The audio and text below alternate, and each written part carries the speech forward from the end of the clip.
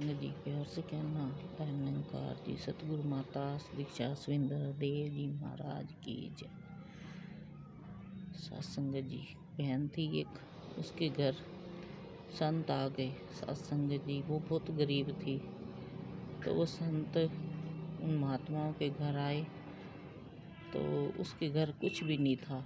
सत्संग जी उसने पानी का गिलास पिला दिया उनको, और सत्संग जी तो वो बहन कहती रही कि आप बैठो, चाय नाश्ता करके जाना। सत्संग जी वो बहन ने बहुत मिन्नत करी पर वो संत नहीं बैठे, चले गए।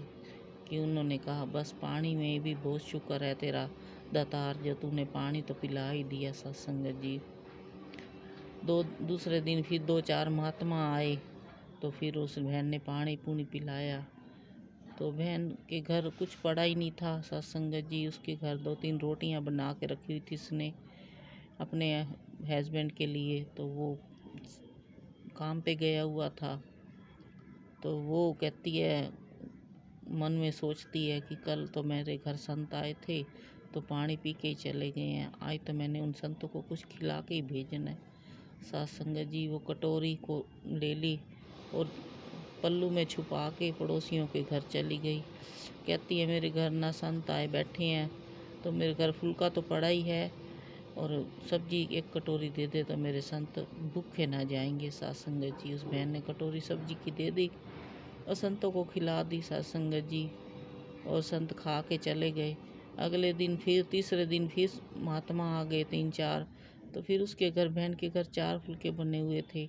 सत्संग जी वो क्या सोचती है अंदर बैठी बैठी रसोई में, सतगुरु माँ आपको पता है आप नहीं करना है, सच्चा पातशाह मैं तो किसी के घर जाऊंगी नहीं।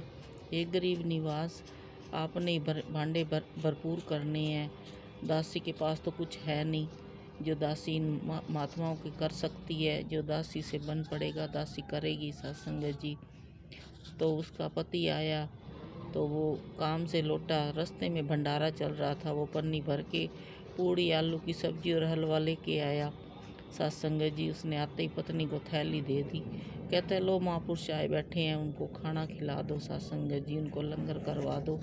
तो सत्संग जी वो महात्मा उनको बोलने लग गए, महापुरुष जाओ आप उनको लंगर डाल के दो। सत्संग जी वो महात्मा लंगर खा के चले गए, तो खिलाया उन्होंने, खा के चले गए। सत्संग जी बहुत आशीर्वाद दे के गए।